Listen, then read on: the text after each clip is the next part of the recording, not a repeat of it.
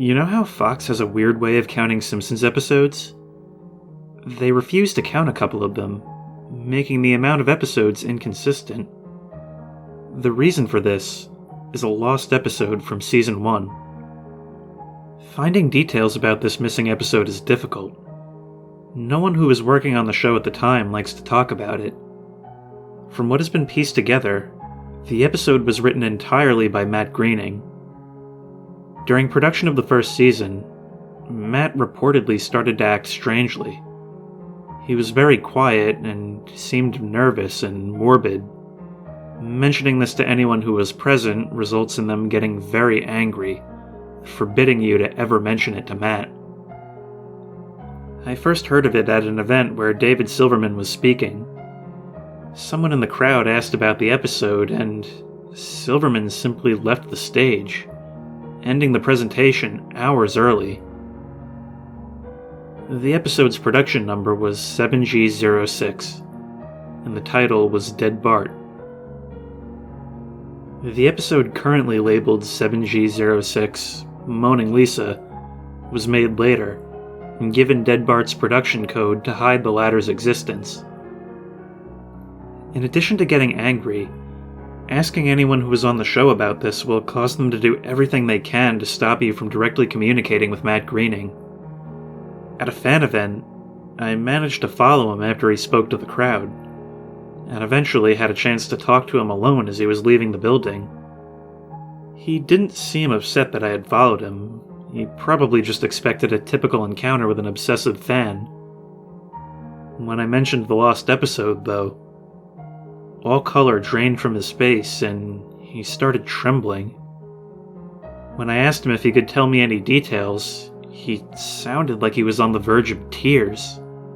He grabbed a piece of paper, wrote something on it, and handed it to me. He begged me never to mention the episode again. The piece of paper had a website address on it.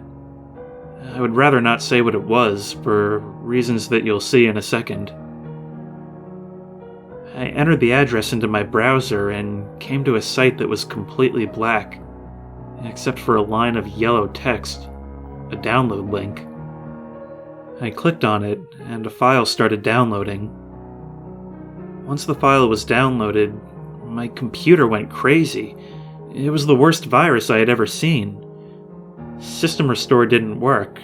The entire computer had to be reformatted. Before doing this, though, I copied the file onto a CD. I tried opening it on my now empty computer, and, as I suspected, there was an episode of The Simpsons on it. The episode started off like any other episode, but had very poor quality animation.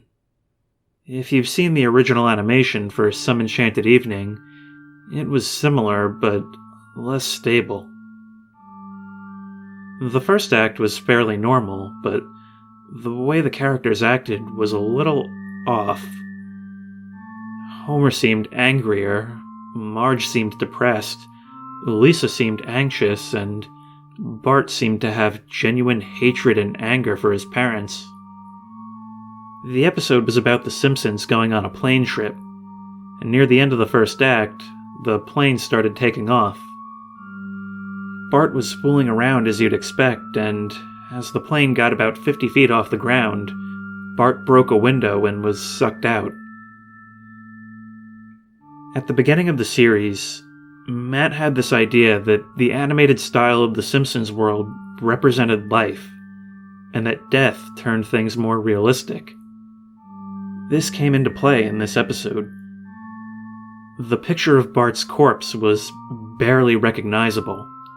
They took full advantage of it not having to move and made an almost photorealistic drawing of his dead body.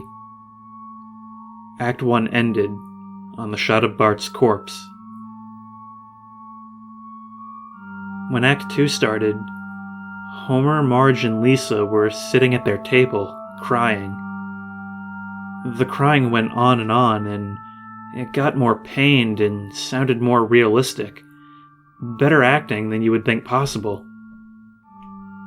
The animation started to decay even more as they cried, and you could hear this murmuring in the background. The characters could barely be made out. They were stretching and blurring until they looked like deformed shadows with random bright colors thrown on them. There were faces looking in the window, flashing in and out so you were never sure what they looked like. This crying went on for all of Act 2. Act 3 opened with a title card saying 1 year had passed. Homer, Marge, and Lisa were all skeletally thin and still sitting at the table. There was no sign of Maggie or the pets. They decided to visit Bart's grave. Springfield was completely deserted, and as they walked to the cemetery, the houses became more and more decrepit. They all looked abandoned. When they got to the grave, Bart's body was just lying in front of the tombstone, looking just like it did at the end of Act 1. The family started crying again. Eventually they stopped and just stared at Bart's body. The camera zoomed in on Homer's face. According to summaries, Homer tells a joke at this part, but in the version I saw, it isn't audible, and you can't tell what Homer is saying. The view zoomed out as the episode came to a close. The tombstones in the background had the names of every Simpsons guest star on them, some of whom no one had heard of in 1989, and some that hadn't been on the show yet. All of them had death dates on them, and for guests who had died since, like Michael Jackson and George Harrison, the dates were accurate to when they would die. The credits were completely silent and seemed handwritten. The final image was the Simpson family on the couch, just like in the intros, but drawn in the same hyper-realistic style as Bart's lifeless corpse.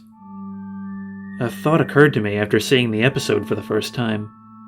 You could try to use the tombstones to predict the death of living Simpsons guest stars. But there's something odd about most of the ones who haven't died yet. All of their deaths are listed as the same date.